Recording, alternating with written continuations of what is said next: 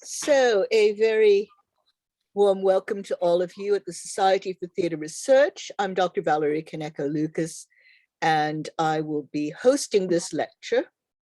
This is a updated recording of a talk originally given on the 7th of January 2021 called Staging Afghan Women. In light of the recent events in Afghanistan, we have decided to re-record this talk and update our audience on some of the newer events that have affected women artists in Afghanistan. With us tonight is Professor Lesley Ferris, up there in the corner, who is Emerita Professor at The Ohio State University and Distinguished Professor of Arts and Humanities. She has been working closely with Sahar Speaks, which is a foundation enabling and empowering Afghan women journalists. So this is the title of our talk, Staging Afghan Women's Lives. And the contact details for Professor Ferris and also Amy Ferris-Rotman, who is a journalist and the founder of Sahar Speaks, a foundation for women journalists. Both of them are part of Palindrome Productions, whose website is down here, bringing these stories by Afghan women and about lives in Afghanistan to the stage here in the UK. So over to you, Professor Ferris. Okay, well, I think the first thing that we're going to see is a short film by Amy about her work in Afghanistan.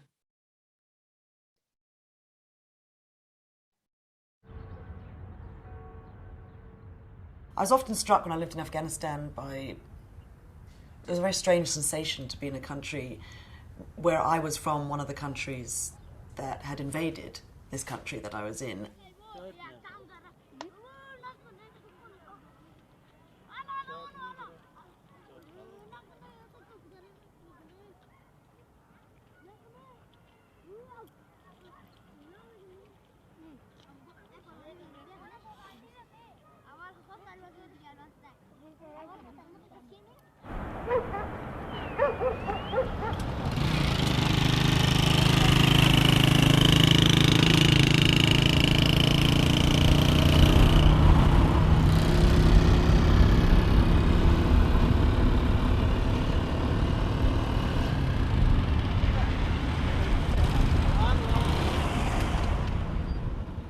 So I became aware of the lack of female journalists in the Kabul foreign media scene when I went to a rock concert. It was these were different days in Kabul. So there was an all-female rock concert organised by an Australian, and Afghan society is very strictly divided according to genders. So this was a rock concert by women, for women, and the Australian organiser asked if only women could film it.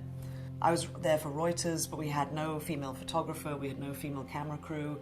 It wasn't just us, the BBC was in the same situation, New York Times was in the same situation, AP, everybody. I found it a very poignant metaphor that here was this first ever rock concert in Kabul, organised for all these women, and loads of women showed up, Afghan women, you know, screaming teenagers, kind of all different walks of life. And no one was there to document it, and that kind of became, in my mind, symbolic of Afghan women's rights and their lives in a way that if it's not relayed to the world, if their work is not relayed in their voice and their words, then we won't know about it and it'll go unnoticed in the way the rock concert did.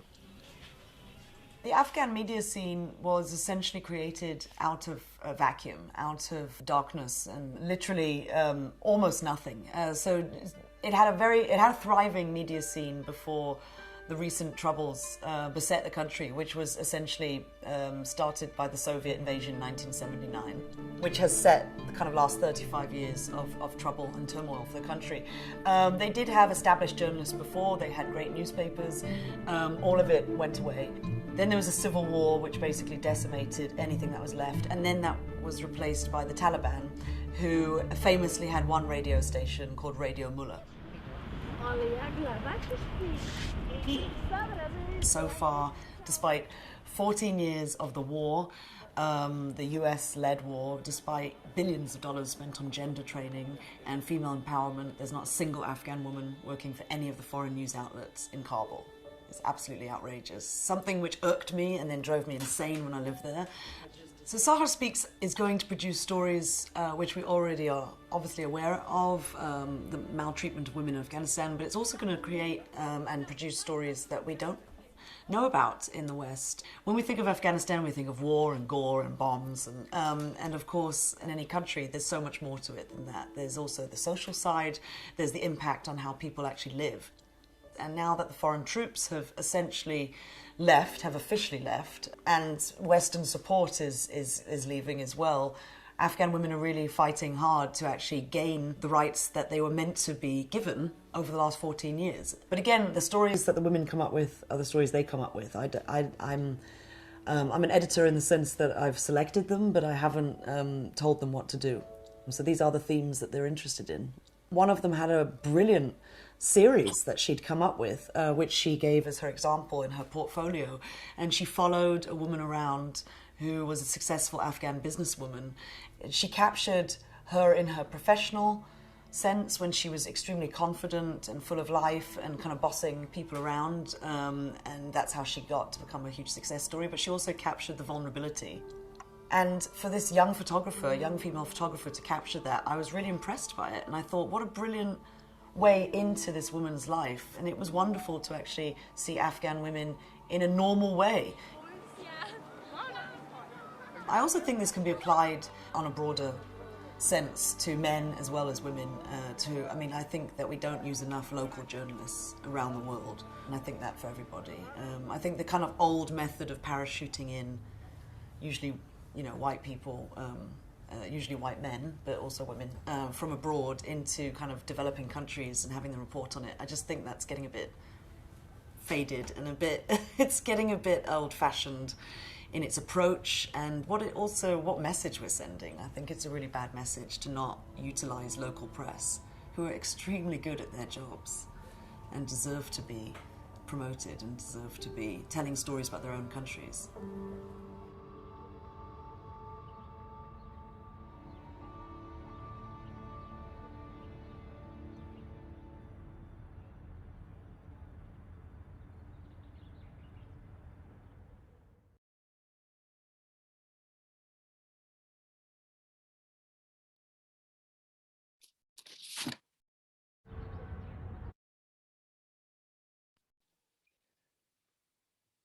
Here's a photo of the first group of Afghan women journalists with Amy. She's the third from the left-hand side. So that was the first team that she trained under the rubric of Sahar Speaks. And she was given a fellowship to go to, her proposal for this concept was awarded a major journalistic fellowship at Stanford University, where she spent a year developing it. And this is the first result of that development. It took a big round of effort to do it, but the stories were published in the Huffington Post, followed by another set with a final partnership with The Guardian. But beyond the actual teaching component, once the stories were written, Amy organized each member of the cohort to have a mentor, a professional woman who supported their work. The Sahar Speaks journalists have worked for the BBC, Al Jazeera, Norwegian and German papers, and the New York Times. And I wanted to give you an example of one of them who was writing for the New York Times. Zahra Nader, one of the Sahar Speaks journalists, explains the issues related to International Women's Day in Afghanistan. Despite 15 years of acknowledging women, this has not changed the basic reality. Afghanistan is still one of the worst places in the world for women. It has one of the world's highest maternal mortality rates, according to the United Nations Women, and the United Nations Development Program Gender Equality Index ranks Afghanistan as 152 out of 155 countries. Nader goes on to describe the challenges she faces. The other day, I was on the street reporting on a suicide bombing. Policemen and even some of the male journalists at the scene kept asking what I was doing, as if I was engaged in work unbecoming of a woman.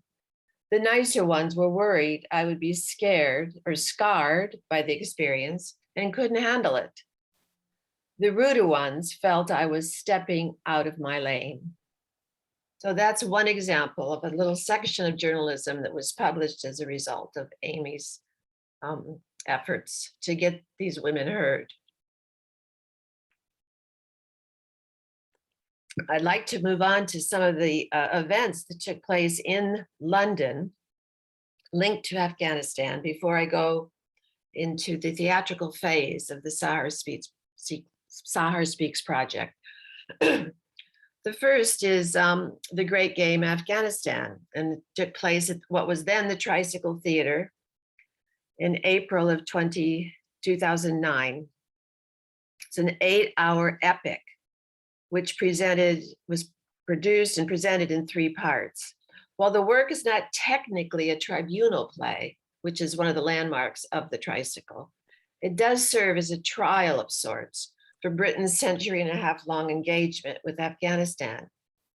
Nicholas Kent, the artistic director, explains in the program introduction that he felt that comparatively little attention was paid to Afghanistan after 9/11. But in 2008, Kent noticed a slow but steady shift towards Afghanistan as the insurgency strengthened. The work consists of 13 plays clustered in 3 groups. Audiences could view the entire work in one day or over a 3-night period. Likewise, each section stands on its own and could be viewed without the other parts, although obviously seeing the entire work provides a depth and breadth unmatched by seeing a single section. General David Richards, head of the British Army in Afghanistan, attended a performance. He then hosted a day-long performance for the British military. Following that, he went on stage and said that if he had seen this before going to Afghanistan in 2005, the plays would have made me a much better commander. Richards told Kent that he would do his best to ensure that military personnel at the Pentagon would see it. The tour opened in Washington, D.C. in September 2010, so it was being seen in the US. On the last Saturday of the D.C. performances, General Mick Nicholson came to see it and reported that it was vital for people from the Pentagon to see it, because they hadn't until then. So they had to come back in 2011 and do 2 performances in Washington, D.C.'s Shakespeare Theater. Some donated funds were given to make this possible, as the government in the United States is unable to pay for anything to do with theater. I want to move on to another event that took place in London during the London Olympics, when the Globe Theatre did a project called Globe to Globe. And they created a massive project for the year of these London Olympics, and they commissioned all 36 plays of Shakespeare to be performed by people from a different country, in the same way that Afghanistan itself, in the same way that the Olympics brings people from all over the world to get together. I'm sorry, I realize we need to move to some photos, and I overspoke. So we need photo number 3, which is actually from the Great Game. Yeah. So there's a cover of the scripts. The scripts are available and very interesting. Can we go to number 4? The next one, please. Yes, there's a picture of one of the scenes called Black Tulips, which this is the piece that was written about Russians' involvement in Afghanistan. Okay. We could go to the next. Here's another called The Bugles at the Gate of Jalalabad, which was a famous battle between the Afghans and the British in the late 19th century. Okay, we can move on. And then Duran's line, which is a fascinating thing, which I was just so surprised about when I saw this, was the Duran was the gentleman on the right. He was appointed by the British government to go to Afghanistan and actually draw the boundaries of what Afghanistan is. And that's when Afghanistan became its current place. So the line that was drawn was done by the British. Okay, then we could go on to our next photo. Yes, and this is a picture of Comedy of Errors. And it was done at the Globe Theatre in 2012. And I wanted to say a little bit about this because it demonstrates the issue around theater and its difficulties in relation to Afghanistan. I'm going to read a few quotes from an article that Amy wrote in 2012, because Amy and I both saw this production. The Globe was totally packed when we saw it, absolutely packed, with many, many people standing in on the ground in the front of the stage. It was really exciting to see it. And here's what she said: the odds were against them. Taliban suicide bombers laid siege to their rehearsal space, and the search for actresses in ultra-conservative Afghanistan was long and arduous. But come late May, a band of Afghan performers will be staging a play by William Shakespeare in their native Dari at London's Globe Theatre, part of a cultural festival designed to lead up to the Olympics. We took a comedy, when quoting some of the actors, we took a comedy because the Afghans don't want to do tragedy. They have lived enough tragedy. The British Council helped fund the project, and the company could use the council's building to rehearse until it was bombed by the Taliban. Following this, the company moved to India to rehearse. Several months later, Amy was in London to see the play. Here's what she said: "This is a starter, the beginning of what could be a revolution to change Afghanistan through art." The Comedy of Errors, a farcical play of mistaken identity. "I'm afraid life might be difficult for the women afterwards," said veteran Afghan actress Parwin Mushtala, one of 3 women in the play. She warned that the actresses could face trouble from relatives if photos of films of the play make it to Afghanistan. Another quote of hers: "One, our people simply cannot accept women on the stage, not to mention women who are kissing men." In the end, this actress had to flee to Canada after receiving death threats appearing in this production in Kabul. And her husband was murdered. And she believes the killer may have been motivated by her acting. Okay, I'd like to now move on to the next slide. As a result of my production company called Palindrome Productions, I have focused primarily on women playwrights. And when Amy started working with the Sahar Speaks project and the women journalists from Afghanistan, I read the first 12 pieces published in the Huffington Post, and I was so impressed by them. And having read them several times, I realized that some of them would be wonderful if they could be staged, if they could be the inspiration for a theater piece. So that is what's happened. And in 2017, the first 3 one-acts were done together. The playwright is Yasmin Joseph. I think we could move to the next. Yeah, sorry, it's out of order with my notes here, so I'm going to change that. This particular playwright, Ashia Zia, adapted a play that was written by Shogufa Alagzi in the Huffington Post. And the play became Spengle's Mom. And it was about a daughter who unfortunately was facing sexual abuse. Okay, can we go to the next? Behind the Blast Wall. The original story was Farhar Aryan Basir's story, and the playwright Sonali Bakhchave.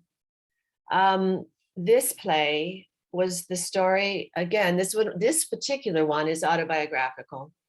And the 2 women in it are mother-daughters. Those are the main parts, but at the same time, they do play characters from their family and history that they had together. So it was a really wonderful piece. Let us move on to the next one. Oops, sorry. Going back. Okay. Yeah, so Place of Shining Light. This is the one I did start to talk about and had it in the wrong order, sorry. This particular one, the original story was by Zahra Joya.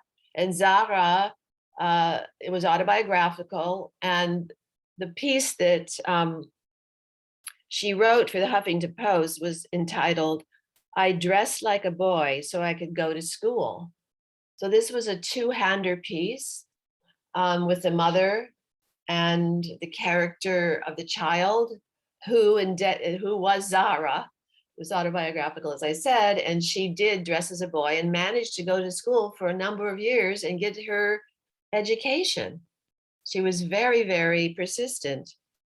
And Zahra is actually now in London. I never thought I'd get to meet her, but I have. I've met her several times. She and her sisters, her brother and one of the sisters' babies managed to get out, and they are in London. And Amy Ferris Rotman, my daughter, made it possible for them to get here. Needless to say, if you're an Afghan woman journalist, which Zahra is, she would have been potentially put in jail and worst case scenario, killed. So they're here, and she's insisting on continuing her journalism. She has set up a year before Afghanistan collapsed with its recent events. She set up a journalistic a company that for women only, writing women's stories. So it's quite wonderful, and she insists on keeping it up now that she's in London. So that we're going to have more work from her. I know we are. And actually, she was interviewed in The Guardian a couple of weeks ago, talking about her work, and she is publishing elsewhere. So can we move on to the next slide? Okay, so one of the issues in doing this work was the stories were written by Afghans, but I found a difficulty in finding any Afghan women playwrights. Needless to say, that was in part because theater was not considered a thing women did, as I learned from the piece in at the Olympics.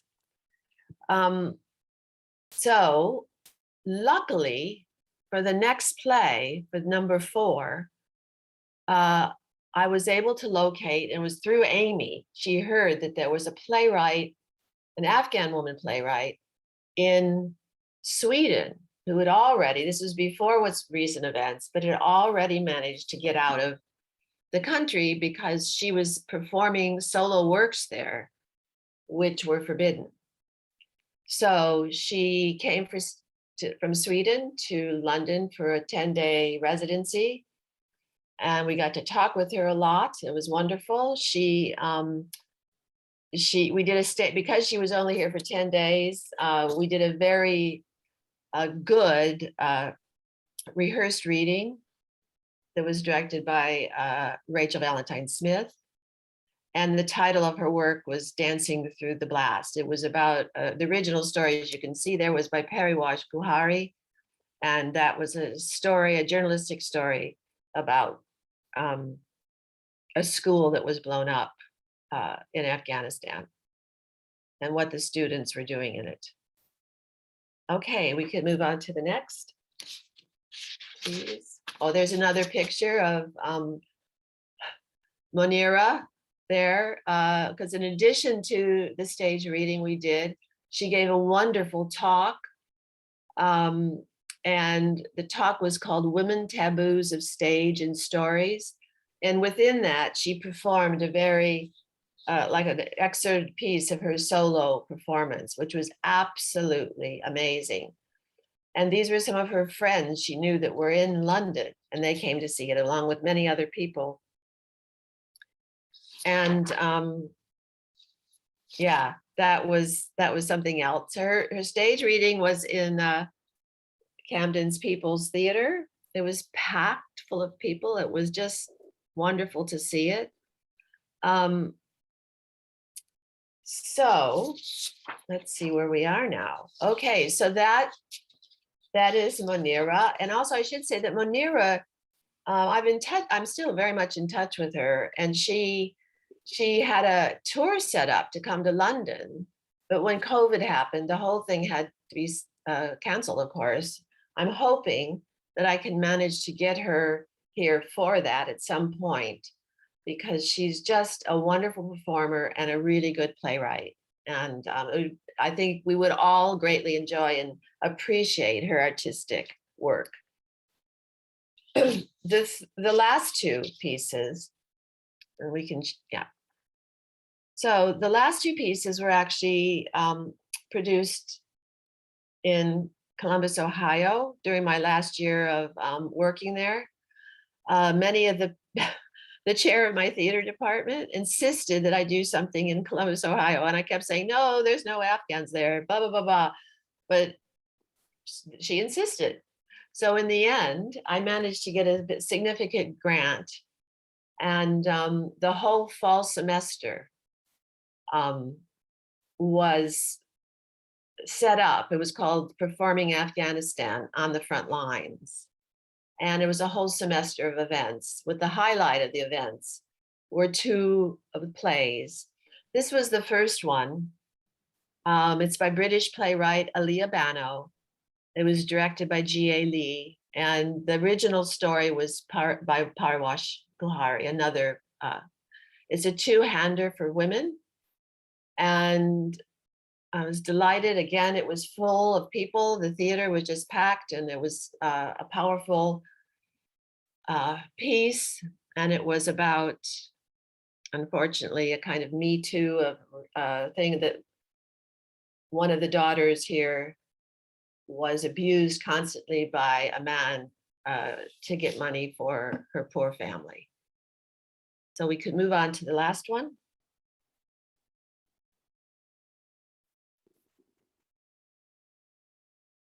The last one, I was really happy to be able to find another playwright who's Afghan, and that is Nishan Abrazada. And she lives in Los Angeles, and she teaches there. And her story was a contrast to the first one the one that I talked about, because it was more comic. It's called Dust Allergy, and it's about an Afghan student who returned to Afghanistan, her family, and she couldn't get over. She'd forgotten about living there with all the dust, and it was had a comic edge to it. So that was that. And Nushin also gave a wonderful lecture on as part of the fall series on the fact on the history of theater in Afghanistan, because there is a history, and it's something I've been doing much more work on to find out what that history is. Okay. I think we're near the end. Oh, yes. One of the films I screened, the thing is that, once you start really looking at work, you realize there's amazing work out there. And Afghan women have made films, documentary films. This particular documentary film, 1,000 Girls Like Me, is the film I selected. I asked one of Amy's journalist daughters, are there any films by Afghan women? Yes, there are. And Sahar Mani was the creator of this documentary film. And I think we have a little clip of it that we could show here now, which would be very much worth seeing.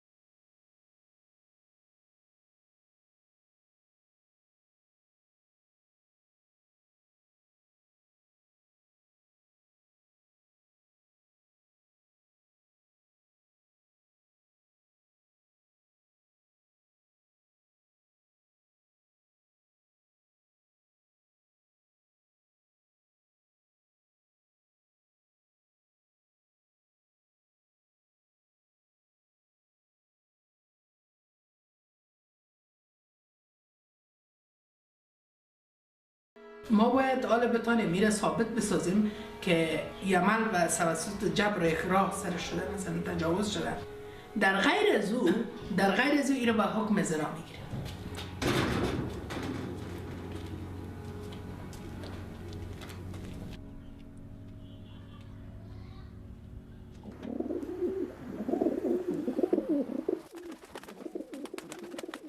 شاید هزارات تا دختر دیگه هم تو باشه.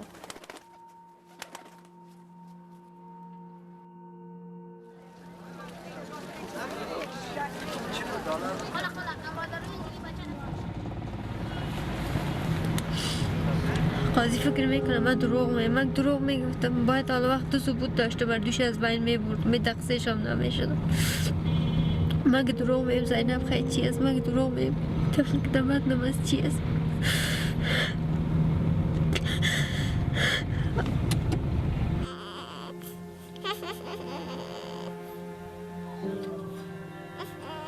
لولا فتش لولا ها.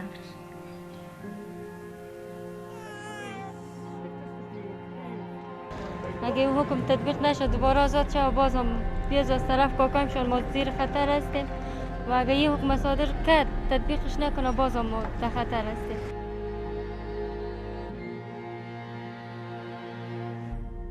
او تازه جبری کجا بره؟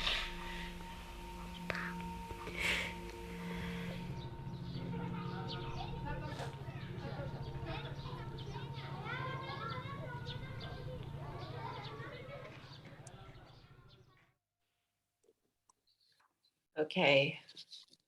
This was a powerful piece. The Afghan director actually took filmmaking, documentary filmmaking in London. This is where she studied it. It was and as you can see, it's a very, very powerful piece. It was screened in Columbus, Ohio, in a theater, in a venue that was for films. Very powerful. I'll just end a bit here now with what the events about. I've got a final statement I'd like to say, and then I'll give you a bit of an update. Shakara Barazi, an Afghan member of parliament, spoke about the importance of Sahar Speaks. Female journalists can shed light on dark corners where men can't. Nader, the journalist whose piece I read from the New York Times, and other Afghan women reporters and documentary filmmakers such as Sahar Mani are going to those dark places where they are speaking for themselves, and the playwrights are close behind them. So what I'm planning next in relation to this theater project, is that I produce all 6 plays, they're short 1 acts together, and do an evening of voices of women from Afghanistan, more than 1 evening, hopefully, but that is the plan. I've been commissioned to write a book by Cambridge University Press on this, on the project. And also I'm hoping to get the scripts published as well in a separate, but by another publisher. So that's my dream of the future. And what is different than I ever expected is that some of the women who wrote the stories are here in London, who wrote the original stories that we adapted, are here. So that will add a whole new layer, at least for me, that the playwrights who wrote the pieces are going to get to meet them. Not all of them, but they will get to meet them. So yes, that's where we are. So thank you all for listening. And thank you, Valerie Lucas, for organizing my talk. Right. Well, we're looking forward to the further projects, and in light of this rather awful situation that we now find ourselves in, following the leaving of the Western powers on the 31st of August, 2021, it's heartening to know that some of the women journalists have managed to find their way out, as well as a number of the Afghan, people who are now refugees here. I know that you at Palindrome Productions will be doing quite a bit to highlight these amazing stories. And I think it's interesting looking at the work that it kind of gives a corrective to the notion of it's all doom and gloom. Right, exactly. It's a kind of theater is a sort of humanizing force. Yeah. So yeah, here's the website, and keep posted. And I'm just going to bring myself back to thank our audience and thank Professor Ferris and in absentia journalist Amy Ferris-Rotman. Thank you. So thank you all for joining us, and good evening for now. Yes, thanks, Valerie. Thank you.